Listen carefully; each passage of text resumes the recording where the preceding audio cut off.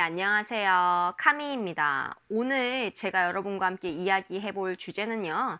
마음 공부의 효과에 대한 것이에요. 제가 마음 공부를 하고 나서 크게 느낀 체감한 효과로 네 가지가 있어요. 그 네 가지에 대해서 말씀을 드리고자 해요. 일단 첫 번째로는요. 화날 일이 아주 크게 줄어들었어요. 이게 우리가 화가 왜 나는지를 한번 생각을 해보면요. 상대방이 이해가 안 될 때 화가 나거든요. 그러니까 저 사람이 왜 저런 행동을 하는지 모르겠는 거예요. 그러면 화가 나요, 사실. 그런데 마음 공부를 하면은 어떻게 되냐? 내가 나 자신에 대해서 알아가게 되고 내 자신을 안 거를 바탕으로 해서 상대방을 또 알아가게 돼요. 그러니까 저 사람이 왜 저런 행동을 하는지 헤아리게 되는 거거든요. 그러니까 화날 일이 아주 급격하게 줄어들어요. 그러니까 사람은 이해가 안 될 때 화가 나거든요. 근데 이해가 되면은 조금 저래서 저러는구나 하면서 그 화가 좀 누그러져요. 그래서 아주 획기적으로 화날 일이 줄어들어요. 마음 공부는 나를 알고 타인을 알아가는 과정이거든요. 이 마음 공부를 하다 보면은 우리가 알아차림이라고도 하죠. 마음 챙김이라고 하는데요. 이 마음 챙김을 하게 돼요. 그러니까 항상 깨어 있어서 내 마음이 왜 이런 상태인지를 아는 거죠. 내가 순간적으로 막 화가 나고 기분이 상하고 감정이 이렇게 북받쳐 오르면은 우리가 마음 공부를 하지 않으면은 왜 그런 감정에 처하게 되는지 별다른 문제의식 없이 그냥 그 소용돌이 속으로 같이 빨려 들어가요. 그래서 누구한테 막 화풀이를 한다던가 신경질을 낸다던가 그래놓고 후회하고 이런 행동을 많이 하거든요. 그런데 마음 공부를 하다 보면은 내가 왜 이런 감정이 드는지를 내 자신이 알게 돼. 왜냐면 항상 깨어 있거든요. 내가 지금 갑자기 이런 짜증나는 감정이 드는데 이 감정은 어디에서 온 걸까? 나는 왜 이렇게 짜증이 나는 걸까? 이렇게 생각을 해요. 생각해 보니까 맞아. 이거 원래 이러이렇게 하게 하려고 했던 건데 잘 안 돼서 나도 내 자신한테 화가 났나 봐. 그러네. 사실 내 문제네. 상대방한테 화낼 일이 아니네. 이러면서 화가 쭉 누그러져요. 그러니까 이 화라는 감정은요. 그 화라는 감정을 알아채고 그 화라는 감정이 어디에서 왔는지부터 파악을 하잖아요. 그리고 라벨링을 딱 해요. 그래서 화났구나. 라벨 하나 딱 붙여요. 그러면은 이 화라는 감정이 사르륵 하고 녹아요. 그리고 두 번째로는요, 이 마음 공부를 하다 보면은 보여지고 느껴지는 것들이 굉장히 많아요. 왜냐면 이제 기감이 발달을 하거든요. 저는 예민하면서도 어떤 면에서는 예민한데 또 어떤 면에서는 굉장히 둔감해요. 그러다 보니까 알아채는 것도 있고 알아채지 못하는 것도 있는데 옛날에는 제가 제 자신을 잘 못 봤어요.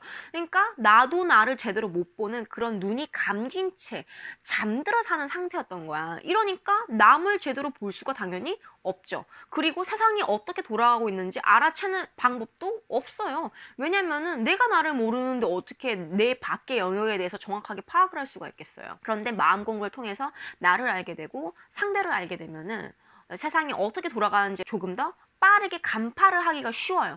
그리고 이 사람한테 있는 여러 가지 힌트들을 되게 잘 캐치해요. 그래서 이 사람이 어떤 감정 상태에 있는지, 어떤 생각을 하고 있는지, 무엇이 필요한지도 빠르게 캐치하고 또 사람들이 얘기하는 것들 들으면서 이 주제가 무엇인지, 여기서 핵심이 무엇인지 중심 코어를 파악하는 능력이 발달해요. 그러니까 득이 되면 득이 됐지 손해 될 게 하나도 없어요, 살면서. 그러니까 사물의 본질을 파악하는 능력이 아주 예민하게 발달해요. 그래서 이 능력을 나쁘게 쓰시는 분들이 그 사기꾼들 또는 영매들 중 일부분의 사람들이 이렇게 써요. 그러니까 다 사람의 그런 걸 알아채기 쉽거든요. 그러니까 당신 뭐 이러이러하지 않아요? 이러면 어머 맞아요. 저 그런데 어떻게 하셨어요? 딱 보이잖아 내가. 그러면서 앞으로 이러이러한 위험이 있으니까 그거 피하려면은 뭐 부적 써야 돼, 구태해야 돼 이런 식으로 얘기를 하면서 과도한 돈을 이제 착취를 한다던가 그런 일들을 하는 거죠. 사기꾼들이랑 몇몇 나쁜 이런 영매분들이 이렇게 사람들의 마음의 빈틈을 파고들어서 자기가 이미 발달된 기감으로 이런 식으로 나쁘게 활용하는 경우가 많아요. 그래서 마음 공부를 해도 이렇게 나쁘게 활용하는 사람들이 있으니까 반드시 마음 공부는 해서 이런 나쁜 식으로 이용하시지 마시고 좋은 방향으로만 활용하셨으면 좋겠어요. 사람에게 연민을 갖게 돼요. 사람에게 연민을 갖게 되니까 그 사람의 의도가 더 잘 읽혀요. 그러니까 사람의 의도를 정확하고 빠르게 파악하지 저 사람은 연민을 갖고 돼야지. 그러니까 인간관계가 좋아질 수밖에 없어요. 세 번째로 관계가 좋아지죠.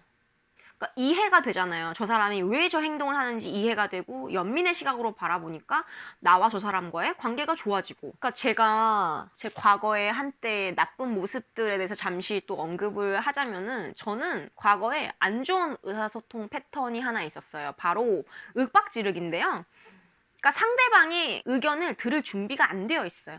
그냥 나는 내 말만 할 준비가 되어 있어. 너는 그냥 말만 하면 돼. 내가 원하는 말 다 듣고 나서. 약간 이런 관념이었던 거죠. 그러니까 상대방이 내가 원하는 대로 안 되고 저 사람이 뭔가 기분 나쁘게 했다 나를. 그러면은 그 사람에게 윽박을 지르는 거예요. 우리 여자분들 중에도 이런 의사소통 패턴을 가진 분들이 계실 거예요. 감정에 휩쓸려서 이성적이고 객관적으로 상대방의 이런 생각이나 사정을 들으려고 하지 않고 그냥 다짜고짜 내가 기분 나쁘다는 이유만으로 저 사람에게 막 쏟아붓는 거예요. 그러니까 이런 식으로 얘기하는 거죠. 그래서 너 그거 잘못해서 안 했어. 너 이래서 이거 이러면 되는데 그래서 이거 잘못했지. 이런 식으로 악한 경우에는, 최악의 경우에는 이렇게 삿대질까지 하면서 이야기를 하죠. 혼내듯이 사람을. 그러니까 저는 과거에 그런 식의 의사소통 패턴, 안 좋은 패턴을 보였어요. 감정에 휩쓸려가지고. 그래서 제 영상 중 하나가 공격하는 여자와 회피하는 남자 영상이 있거든요. 그게 바로 이거예요. 이렇게 공격적인 여자는요, 반드시 회피하는 남자를 만나게 되어 있고 그 남자가 입을 안 여는 이유가 있어요. 왜냐면은 말할 틈을 줘야지 말을 할 거 아니에요. 이렇게 윽박지르고 대놓고 삿대질까지 해가면서 막 쏘아 붙이는데 어떤 남자가 거기다 대고 말을 하려고 하겠어. 여기다 대고 말을 하잖아? 그러면은 또 다른 윽박이 또 쏟아져 나와요. 그러니까 남자분도 아는 거야. 가만히 내가 이게 빨리 지나가길 바라야 되는 거지. 그러니까 입을 딱 닫고 그냥 가만히 이렇게 하면서 그냥 이 소동이 그냥 지나가기를 이렇게 기다리는 수밖에 없어. 거기다 대고 내가 아니 그거는 그래서 이렇게 뭔가 반론을 펴기 시작하면은 더 길어지는 거야 이게. 이런 패턴은 정말 양쪽한테 다 스트레스예요. 좋을 게 하나도 없어요. 그래서 저도 마음 공부를 하면서 제 자신을 많이 성찰하고 돌아보고 이제 변화를 했죠. 그리고 나서 한 3년 정도 솔로로 지냈는데 그 후에 만난 분이랑 소통의 패턴에 있어서 예전과 같은 과오를 반복하지 않더라고요. 그러니까 진짜 신기했어요. 예를 들어서 기분 나쁜 일은 항상 있죠. 근데 기분 나쁘고 갈등은 있지만 그런 상황에서 이렇게 생각하는 거예요. 아, 내가 지금 이런 상황 때문에 기분이 나빠. 난 마음 챙김을 하니까 아는 거야. 내가 왜 기분 나쁜지를 알아. 근데 이거는 나의 생각이지 저 사람에게는 저 사람의 사정과 또 생각이 따로 있을 수 있다. 일단은 저 사람의 말을 다 들어보고 나서, 왜냐면 내가 오해한 걸 수도 있으니까, 그리고 나서 건설적인 해결책을 한번 찾아보자. 이런 식으로 항상 접근을 했어요. 그래서 기분 나쁜 거를 이야기할 때도 막 다짜고짜 그래서 그러면 돼 안 돼? 그러면 되겠어 안 됐어? 이런 식으로 얘기하는 게 아니라, 공격적으로 말하는 게 아니라 내가 요즘 이런 감정이 들어. 아마 이러이러한 일들 때문에 이런 감정을 드는 것 같은데, 이거는 약간 나는 그래서 서운함도 느끼고 사실 그래. 근데 나는 너의 입장도 좀 들어보고 싶어. 왜냐면은 너에게도 사정이라는 게 있을 수 있는 거니까. 너의 생각은 어때? 이렇게 물어보면은 그 사람도 그 사람 나름의 입장을 얘기해. 나도 내가 요새 조금 바빠가지고 너에게 좀 신경 덜 쓰고 그랬던 거 내 스스로도 잘 안다. 그래서 좀 미안하게 나도 생각한다고 이렇게 먼저 얘기해줘서 고맙다. 그래서 앞으로는 이런 일 없도록 뭐 이러이러하게 나는 앞으로 하겠다. 이렇게 얘기를 하는 거예요. 자, 그러면은 이게 싸움으로 연결이 됐나요? 싸우지 않았죠? 그냥 대화하면서 해결이 된 거예요. 그러니까 이런 의사소통 패턴을 건설적으로 바꾸니까 싸울 일도 없고 화날 일도 별로 그렇게 많지 않고, 다른 일로 또 뭐 문제가 있을 수 있겠지만 이렇게 적어도 의사소통 패턴으로 갈등이 벌어질 일이 별로 없는 거예요. 저는 딱 깨달았죠 그때. 정말 마음 공부가 반드시 필요하다. 그러니까 마음 공부는 정말 도움이 되면 도움됐지 해가 될 게 하나도 없어요. 자신도 한 3년 그렇게 마음 공부하면서 제 자신을 변화를 시켰잖아요. 그러니까 사람은 누구나 다 변화할 수 있구나 라는 생각이 또 들더라고요. 그래서 의사소통 패턴을 바꾸니까 관계의 만족도가 당연히 더 높아지고 화낼 일도 없고 싸울 일도 그렇게 많지 않고 그냥 행복하게 잘 지내는 거예요. 그래서 관계가 당연히 좋아질 수밖에 없는 거죠. 마지막으로요, 좀 본질에 가까워지게 되는 것 같아요. 마음 공부를 하면서. 저는 예전에 화려한 삶을 동경하고 추구했던 사람이에요. 굳이 비유하자면 미란다 커 같은 삶을 동경했다고나 할까? 그래서 제가 살이 굉장히 잘 찌는 체질임에도 불구하고 항상 관리를 해서 날씬한 몸매를 유지하고 또 그거에 걸맞게 항상 붙는 옷 또는 짧은 옷 이런 것들을 즐겨 입었어요. 그리고 화장도 항상 신경 써서 하고 다니고 또 머리도 갈색으로 염색해서 파마 이렇게 웨이브 지는 이런 긴 머리 그런 머리를 항상 유지했거든요. 근데 그런 거를 왜 했냐? 화려한 삶이 좋았으니까. 그렇게 셀카도 자주 찍고 그런 거 어디에도 올리기도 하고 어디 좋은 데 가면은 사진 찍어서 어디 SNS에 올리고 그랬었어요. 그런데 언젠가부터 마음 공부를 하고 나서는 별로 그런 것들 좀 흥미를 잃었다고나 할까? 살도 좀 많이 쪘고요. 그때보다 한 5kg 이상은 쪘죠. 맞는 옷이 좀 없어요. 그래서 바지가 다 안 들어가요. 그래서 조금 불편하긴 해요. 몸이 좀 커지니까. 그렇긴 한데 동시에 또 마음은 굉장히 또 편안해지더라고요. 또 예전에는 막 좋은 데 가면 SNS에 올리느냐고 사진 찍느냐고 바빴거든요. 근데 이제는 그냥 그 시간 자체가 소중하고 즐거운 거지 그때 뭘 먹었고 어디를 갔고 이걸 사진을 찍어서 과시하고 이런 게 저한테는 더 이상 중요한 가치가 아니더라고요. 그래서 제 눈썹 이상하다고 말씀하신 분들이 몇 분 계셨어요. 이게 조금 요즘의 한국 트렌드가 아니죠. 제가 중국 되게 자주 가는데 중국 갔을 때는 막 이상하다 이런 얘기 들어본 적이 없어요. 그러니까 좀 중국 스타일인 거야 사실은. 꾸미는 게.